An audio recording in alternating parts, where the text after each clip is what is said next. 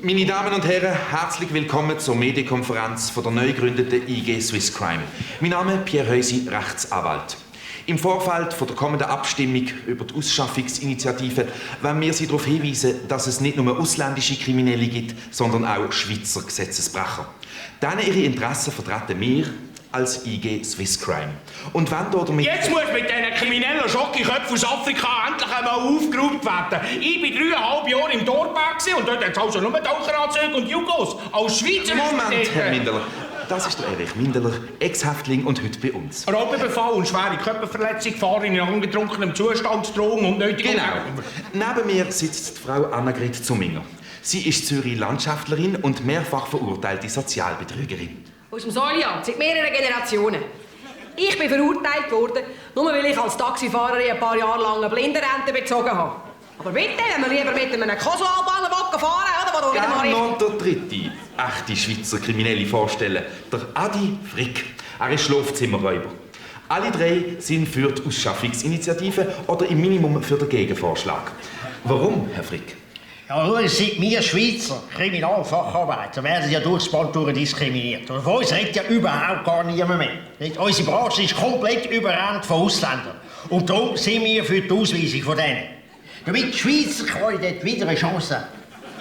Ich war ja auch 1,5 Jahre zu Böschweiss.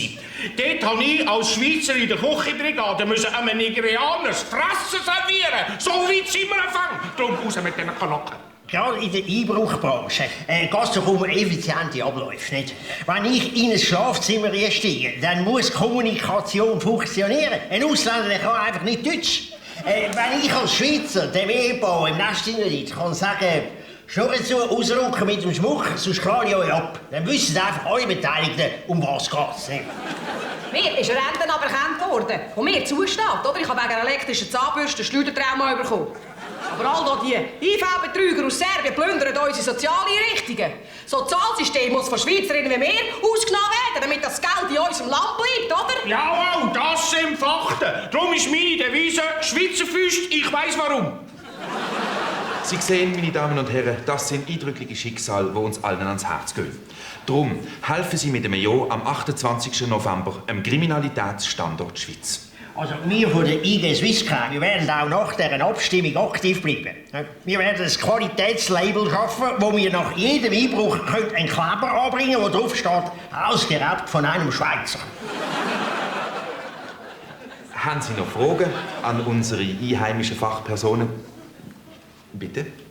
Was sagen Sie zu der verbreiteten Ansicht, dass ja kriminelle Ausländer bereits heute in den meisten Fällen ausgewiesen werden? Lass mal, du Journalist, der Würstchen! Kannst du eigentlich nicht Schweizer